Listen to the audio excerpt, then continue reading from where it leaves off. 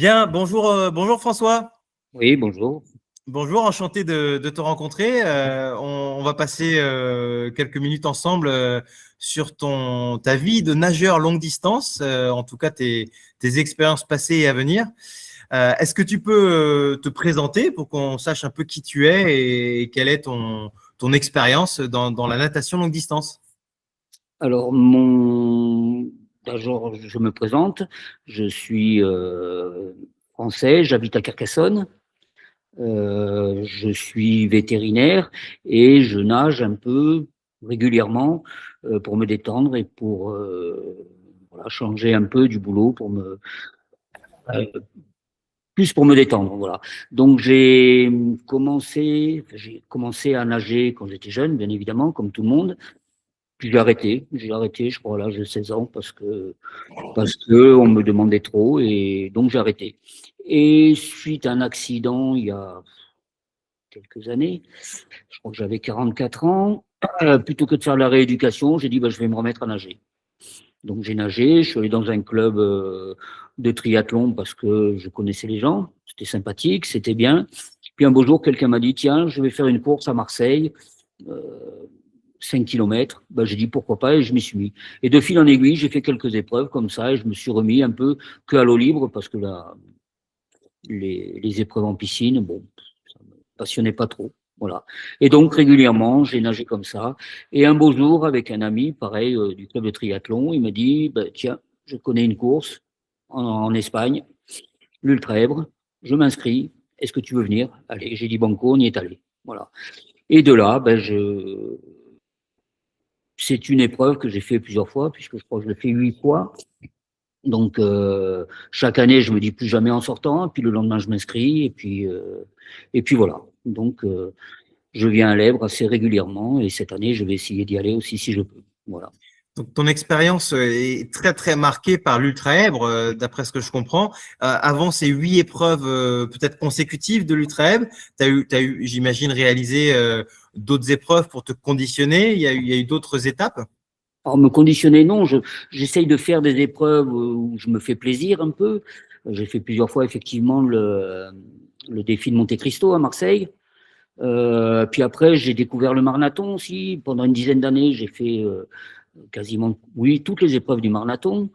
J'y allais régulièrement. Là, ça fait 2, 3 ans que je n'y suis pas allé depuis l'époque Covid, mais des fois, ça me titille d'y retourner. Qu'est-ce que j'ai fait? J'ai traversé 2 fois le détroit de Gibraltar avec Neda Elmon. Qu'est-ce que j'ai fait? J'ai fait aussi la traversée de la Corse à la Sardaigne. Et puis l'année dernière, ou il y a 2 ans, je ne me souviens plus, oui, j'ai fait la traversée de l'île de Rhodes jusqu'en Turquie. Voilà, mais c'est que des. J'essaye de choisir des spots un peu où on se fait plaisir. Voilà, plus des traversées que de la compétition pure et dure, quoi. Voilà. Oui, c'est un accomplissement personnel et puis aussi physique, puisque d'après tout ce que tu viens de nous dire, ça fait quand même quelques kilomètres à chaque fois. Hein. C'est pas des petites épreuves. Il y a toujours au moins une endurance physique et la tête à préparer pour toutes ces épreuves. Oui, mais à y être, autant aller sur des épreuves un peu longues, où vraiment on peut se déconnecter un peu de tout, je ne sais pas, j'aime bien comme ça, quand on est en pleine mer ou autre, voilà, nager, et je me sens bien, quoi, voilà. Comment justement est-ce que tu prépares ton corps, alors des heures et des heures d'entraînement, j'imagine, Non. et la tête aussi, comment est-ce que au fil des ans, tu te motives, tu te remotives sur une épreuve où tu sais que tu vas passer 5, 6, 7, peut-être plus d'heures dans l'eau. Est-ce que tu as une routine particulière que tu t'appliques à toi-même et comment tu prépares aussi l'entourage peut-être à ces épreuves longues parce que ça demande du temps de préparation? Alors, j'aurais tendance à dire, je me prépare pas vraiment. Je vais nager régulièrement, chaque fois que je peux. J'ai pas trop de temps à cause du travail, mais ben, je vais entre midi et deux nager un peu pas tous les jours, mais chaque fois que je peux. Si je peux, 4 fois, 5 fois semaine. Pas de préparation particulière. Peut-être la première année où on a fait l'Èbre, avec cet ami, on a essayé de faire une préparation un peu sérieuse, quoi.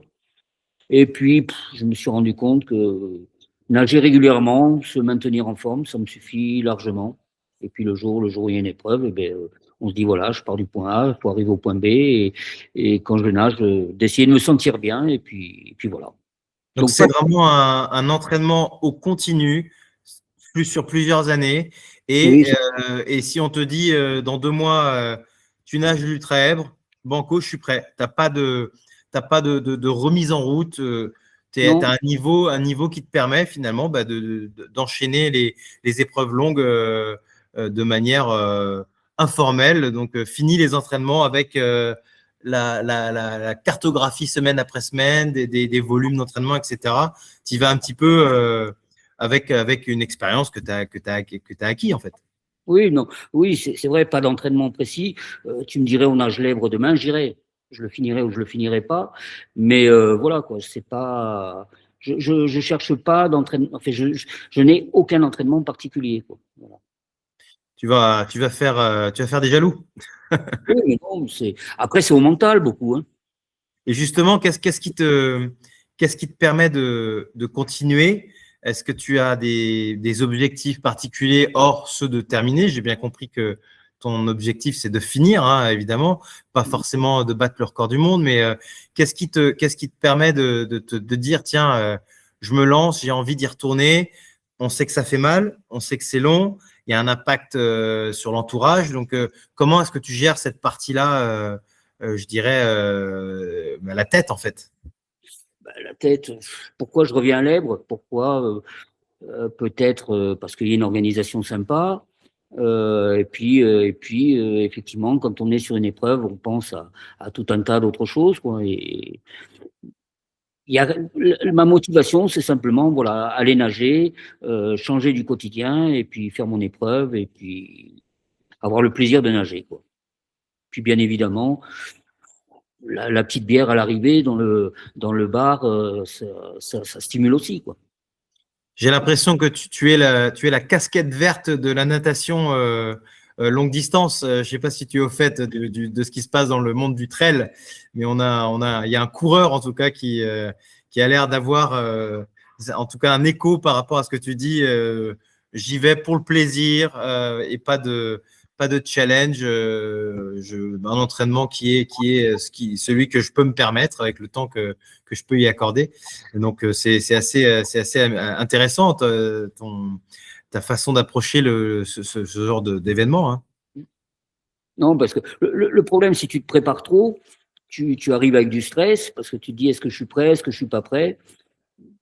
Moi, mon idée, c'est chaque fois que je fais une épreuve comme ça, d'y aller sans stress et puis de se dire voilà, je le fais, j'y arrive, tant mieux, j'y arrive pas, tant pis. Voilà. L'Ultra Èbre, 8 fois, c'est ça? 8 fois, ouais.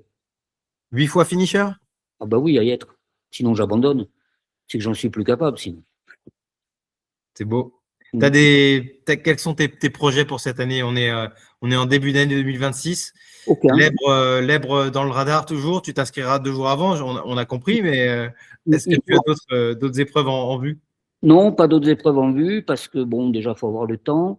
C'est un peu en fonction, comme je te disais, le flot des gabarriers, j'aurais bien aimé le faire, mais à chaque fois, ça tombait sur des week-ends où je travaille, puisque je travaille un week-end sur deux, donc il faut que ça tombe bien. Donc je regarde un peu les dates comme ça pour voir ce que je peux faire. J'ai eu de la chance, l'Èbre tombe toujours des week-ends où je travaille pas, donc tout va bien.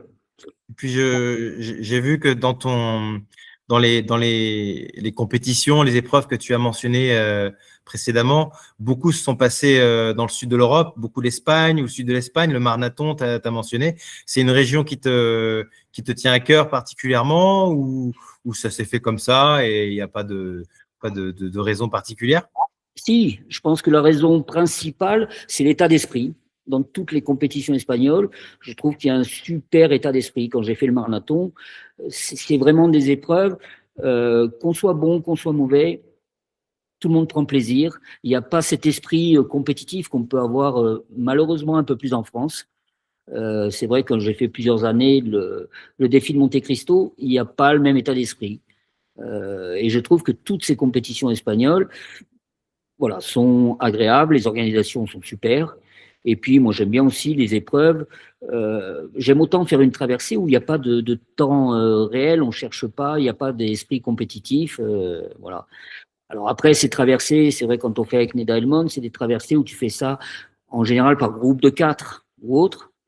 Les 2 dernières que j'ai faites, que ce soit Rhodes ou la Corse, déjà pour des problèmes de disponibilité, parce que moi, je prends l'avion un jour, je nage le lendemain, je prends l'avion et je rentre.